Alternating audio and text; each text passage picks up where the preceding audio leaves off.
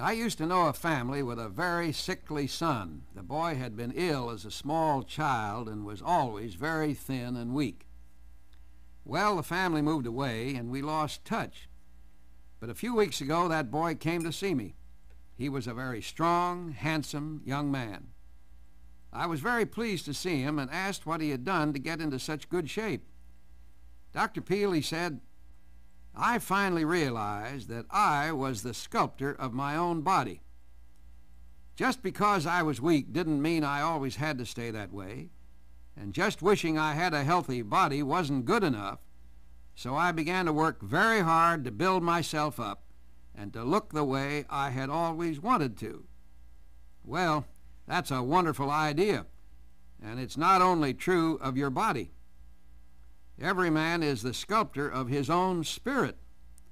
You are all the decisions you make and the actions you take and the beliefs you hold.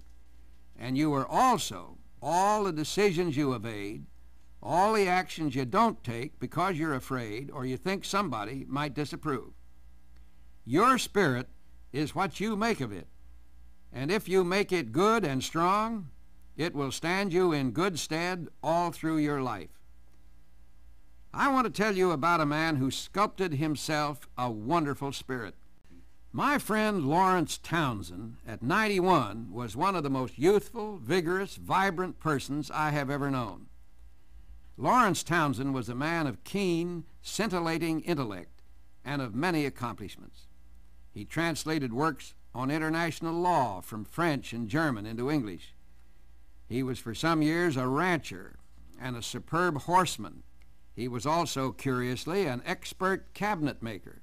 Such work with the hands is occupational therapy, a good way to rest the mind, he would say.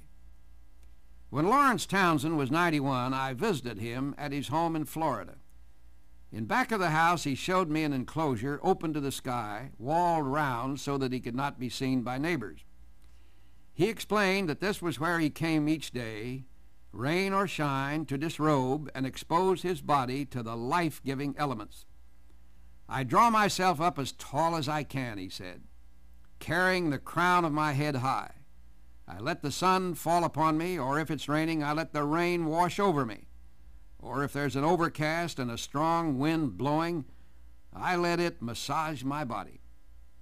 This man, so young, so gloriously alive in his 90s, reminded me of the old legend that somewhere there's a fountain of eternal youth.